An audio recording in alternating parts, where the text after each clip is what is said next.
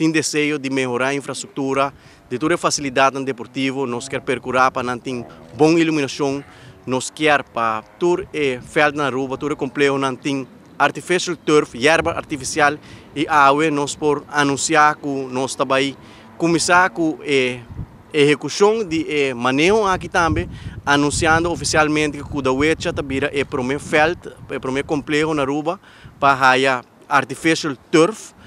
logro seguro grande que ainda nos a percorrer para buscar o fundo necessário para a fundação de Kudawecha também. Buscar a oferta necessária para finalmente tomar uma decisão qual é a melhor oferta que está mais conveniente para nós, para assim firmar acordo para oficialmente nós podemos anunciar que Kudawecha também a artificial turf, essa aqui está quadra com o manejo que nós estamos ribando sem loto para deporte, para sua maneira de conhecer loto para deporte, não está ajudando o deporte, sino está perjudicando o deporte. Nós estamos da semana passada, amigo com o colega Andy Mess, estava na River Plate, caminho poste de luz a bem above, durante jogo de Lifida, que por a resultado fatal para um adorno, e o bestuur de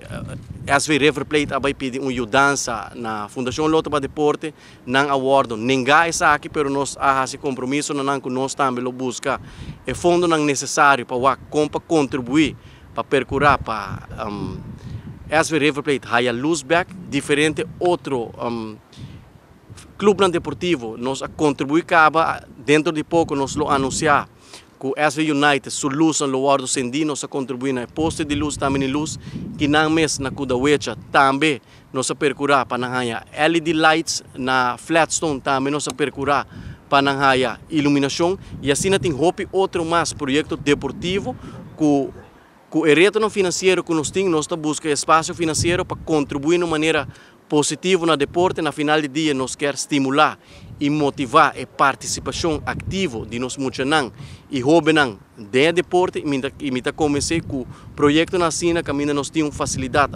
dentro da Kudawecha, dentro do norte, que tem artificial turf, que ainda mais e mais jogam de beisebol e softball, voral softball, lopo wardo organizar aqui riba, assim nós comecei que nós vamos estimular a participação de nós muitos nós jovens e seguro nós ainda grande também para praticar deporte, está conforme nós manejo, conforme nossa visão, dentro da totalidade, nós queremos estimular máxima gente a participar no deporte e projeto assim está projeto positivo para a comunidade, para bem na Kudawecha, Kudabira e promete complexo deportivo, não é facilidade que está artificial turf